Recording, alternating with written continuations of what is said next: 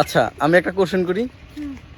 বর্তমানে তো মানে একটা টপিক যেটা কোর্ট থেকে রায় হয়েছে যে ছেলেদের যদি সেকেন্ড বিয়ে করে সেক্ষেত্রে বড় অনুমতি লাগে মানে বড় অনুমতি লাগে না। এখন তুমি কি বলো? শোনো, আমার মূলত ইসলামে এতটুক শুনেছি যে হাজবেন্ড যদি বিয়ে করতে চায় বউ কখনো বাধা দিতে পারবে না। না, তোমার কি মনে হয়? আমার ক্ষেত্রে মানে তোমার ক্ষেত্রে বলতে আমি তোমার ইচ্ছা হইলে তোমার যদি মনে হয় যে তুমি আমার সাথে হ্যাপি না বা অন্য কাউকে প্রয়োজন সেক্ষেত্রে বিয়ে করতে পারো, আমার কোনো প্রবলেম নাই। না, ওই টপিকস বাদ। মানে জিনিসটা হচ্ছে আমি কি আদৌ কি এরকম কোনো কিছু হইতে পারে? আমি তোমাকে মেয়েদের বাজারে ছেড়ে দিতে চাই, রাজি আছি। হ্যাঁ, পারবো, বিকজ আমার তোমার উপর এতটুকু বিশ্বাস আছে যে তুমি কখনো আমার ব্যতীত অন্য কোনো মেয়ের দিকে ঘুরেও তাকাবে না।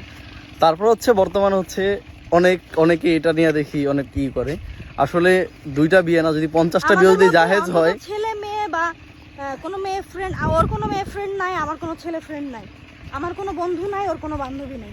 তারপর হচ্ছে যদি দেশে যদি 50টা বিয়ে যদি মানে জোরপূর্বক হয়, যে ছেলে ভালোবাসে সে কখনো তার ভালোবাসার মানুষকে ঠকাবে না।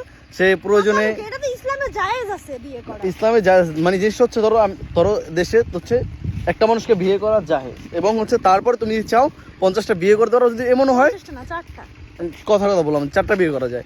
এরপর যদি এমনও যদি হয় যেমন বহির্গত মানে সরকারগতভাবে যে তোমার বহির্গতভাবে বিয়ে করতে হবে, সেক্ষেত্রেও একটা ছেলে যদি একটা মেয়েকে ভালোবাসে প্রকৃত, সে কখনো তার পার্টনারকে ছেড়ে সে জেল খাটতে রাজি আছে। মানে প্রয়োজন 5 বছর জেল খাটবে, 10 বছর জেল খাটবে, তাও তার পার্টনার সাথে একা থাকবে, কিন্তু সে কখনো সেকেন্ড বিয়ে করবে না। হ্যাঁ, এটা হচ্ছে ভালোবাসা।